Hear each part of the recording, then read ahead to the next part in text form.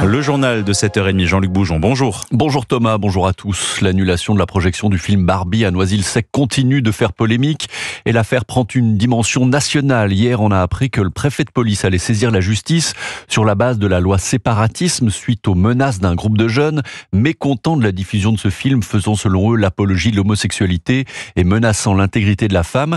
Des menaces qui ont conduit le maire communiste de la ville à tout annuler.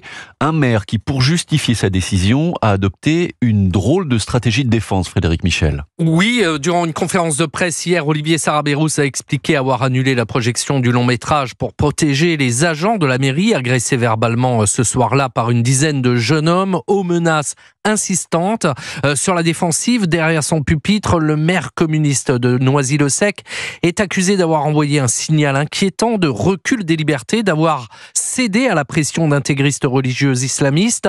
Lui se défend, invoquant la sécurité de ses habitants, s'autorisant même une comparaison hasardeuse. Je regrette que vous, les journalistes, vous puissiez encore polémiquer sur notre sujet local, alors même qu'il y a quelques jours, plusieurs de vos confrères ont été lâchement assassinés par une armée israélienne. Étrange argument, la classe politique s'emballe. De Bruno Retailleau au Rassemblement national, les critiques sont acerbes. Le ministre de l'Intérieur juge pas acceptable le moindre recul face à ces revendications communautaires. De son côté, le maire de Noisy-le-Sec accepte de reprogrammer à nouveau le film Barbie en l'accompagnant d'un débat pour, affirme-t-il, éviter toute polémique. Merci Frédéric Michel. Le choc à Épinay-sur-Seine, en Seine-Saint-Denis, l'olivier qui rendait hommage à Ilan Halimi a été tronçonné dans la nuit de mercredi à jeudi. Il avait été planté dans un parc de la ville il y a 14 ans en hommage au jeune homme juif torturé et tué par le gang des barbares en 2006 en raison de sa religion. 4 corps repêchés dans la Seine hier à Choisy-le-Roi dans le Val-de-Marne. Il s'agit de 4 hommes dont les identités ne sont pas connues pour le moment. Le mystère est total à ce stade. Enquête ouverte par le parquet de Créteil. Les vols dans les églises en forte hausse, plus 24% en 2 ans. Oui, des chiffres alarmants que l'on découvre en ce 15 août, jour où les chrétiens fêtent l'Assomption, qui commémore le terme de la vie terrestre de la Vierge Marie. Pour cette occasion, les églises sont particulièrement surveillées avec une mobilisation importante des forces de l'ordre dans toute la France. Mais évidemment, en temps normal, ça n'est pas le cas. Et le nombre de vols dans les lieux de culte a fortement augmenté ces derniers mois.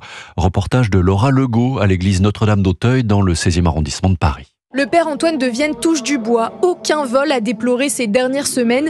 Mais des pillards ont déjà essayé, explique le prêtre de la paroisse Notre-Dame d'Auteuil. Il y a eu une tentative de vol sur une couronne donnée à la Vierge Marie il y a quelques années. Bon, elle, on l'a enlevée parce qu'on ne veut pas tenter les mauvaises intentions. Calice, statue et même argent de la quête, les malfaiteurs ne respectent rien. 780 vols recensés l'année dernière, un chiffre en hausse de 24% en 2 ans.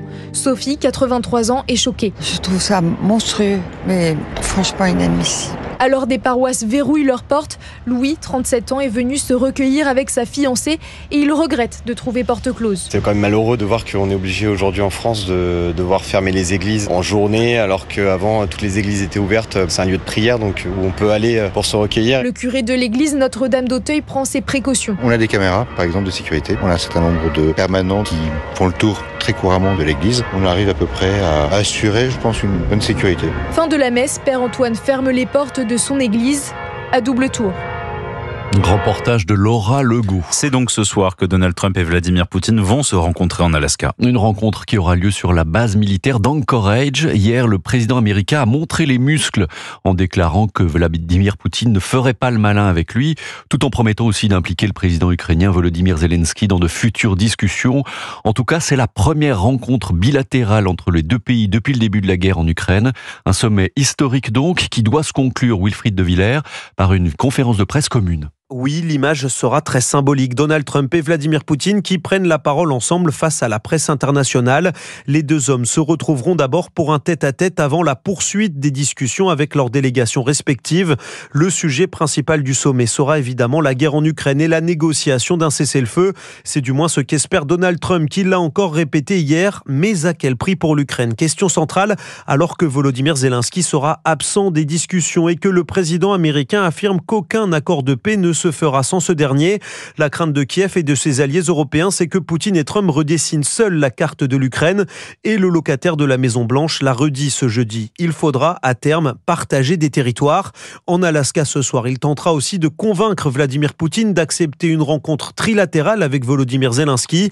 Donald Trump aura face à lui un président russe pour qui la simple organisation de ce sommet constitue une victoire diplomatique. Les précisions de Wilfried de Villers. Il est 7h35, vous écoutez Europe 1 Matin. Retour en France avec la colère des pharmaciens qui s'apprêtent à baisser le rideau demain. Mouvement qui s'annonce très suivi. Au moins 8 officines sur 10 devraient rester fermées ce week-end. En fait, les pharmaciens protestent contre la baisse prévue des remises commerciales sur les médicaments génériques que les laboratoires peuvent leur accorder. Pour certaines officines, surtout les plus petites, le risque est carrément de mettre la clé sous la porte. Reportage en Alsace de la correspondante d'Europe 1, Mélina Fachin. Pour moi, cette histoire de plafond, c'est le coup de grâce. Aujourd'hui, lorsqu'elle achète des médicaments génériques auprès de laboratoires, Delphine Liénart, pharmacienne dans le village de Lutzelouse, bénéficie d'une remise jusqu'à 40% du prix. D'ici 2027, ce plafond sera divisé par 2 à 20%, ce qui va engendrer une perte de revenus annuelle considérable. Entre 40 et 70 000 euros de déficit. Ça fait un poste en moins. La pharmacie va avoir du mal à tenir la route. Déjà dans le rouge depuis quelques années, notamment à cause de l'inflation et de la non-revalorisation du prix des médicaments, sa pharmacie risque tout simplement la liquidation judiciaire. Les syndicats estiment ainsi que 6 000 officines sur les 20 000 en France pourraient disparaître au détriment des patients, explique Enzo Italiano, représentant du collectif des pharmacies alsaciennes. Aujourd'hui, lorsque vous voulez aller dans une pharmacie, on va dire au maximum, vous avez 10 minutes de trajet. Demain, ça veut dire que certains endroits en France, il faudra faire 50 minutes avec un bébé à l'arrière qui pleure parce qu'il faut son Doliprane, parce qu'il faut son antibiotique. On aura des déserts pharmaceutiques partout en France. Il baissera donc le rideau de sa pharmacie demain, comme environ 80% des officines en France. Lutzelouse, Mélina Fachin, Europe 1. Une importante saisie de drogue a été effectuée hier par la gendarmerie à Bordeaux. 1,3 tonne de cocaïne découverte dans un camion en provenance d'Espagne. Valeur marchande à la revente estimée à plusieurs dizaines de millions d'euros. Le retour de la chaleur après une brève accalmie hier. Les températures vont de nouveau grimper aujourd'hui, notamment dans le sud et l'ouest du pays. La Bretagne, jusque-là épargnée, ne devrait pas y échapper cette fois, avec un mercure qui pourrait grimper jusqu'à 35 degrés. 70 départements en vigilance orange et cela devrait durer sans doute jusqu'à mardi prochain. Une vague de chaleur qui malheureusement entraîne l'annulation de pas mal d'événements qui rythment en général nos étés. C'est le cas par exemple de plusieurs manifestations en Gironde. Reportage de notre correspondant en Occitanie, Guillaume Dreschler. C'est un événement vieux de 35 ans à Préchac dans le sud Gironde. Chaque week-end du 15 août, le jumping de Cazeneuve s'installe dans le château royal du même nom. C'est un crève-cœur. Après, nous, on préfère annuler un événement plutôt que de risquer un problème. Élise Maillot est l'organisatrice de ce concours hippique. Première raison, parce que c'est trop chaud. Le climat pour faire sauter des chevaux et garder des chevaux en boxe ou des bâches, c'est pas trop en accord avec les notions de bien-être animal. La deuxième, c'est quand même le risque incendie et qu'on est en bord de massif et que le site sur lequel on est, c'est clairement du foin partout. La présence humaine est interdite de 14h à 22h et nous, c'est un événement où une fois les gens sont installés, ils sont là pour 5 jours, quoi. C'est seulement la 3e fois que l'événement est annulé, après 2021 à cause du Covid et 2022 avec les incendies. Le département de la Gironde est d'ailleurs repassé en risque élevé incendie. À Lacanau, le feu d'artifice du 15 août a été reporté. Le maire Laurent Perrondet. On le tire sur une dune avec la proximité de la forêt, des campings, des habitations. Donc il était plus responsable de ne pas tirer le feu d'artifice. On peut maintenir les festivités, mais il y avait un risque feu qui était trop important et on ne pouvait pas s'engager à assurer ce spectacle. Une décision préfectorale. Tous les feux d'artifice de Gironde prévus jusqu'à lundi inclus sont annulés ou reporté. Un reportage en Gironde de Guillaume Dreschler. La Ligue 1 de football reprend ses doigts ce soir. Avec une belle affiche, Rennes-Marseille pour commencer à 20h45 et le reste des matchs à suivre tout le week-end, notamment celui du PSG, vainqueur avant-hier de la Super Coupe d'Europe, qui se déplacera à Nantes dimanche.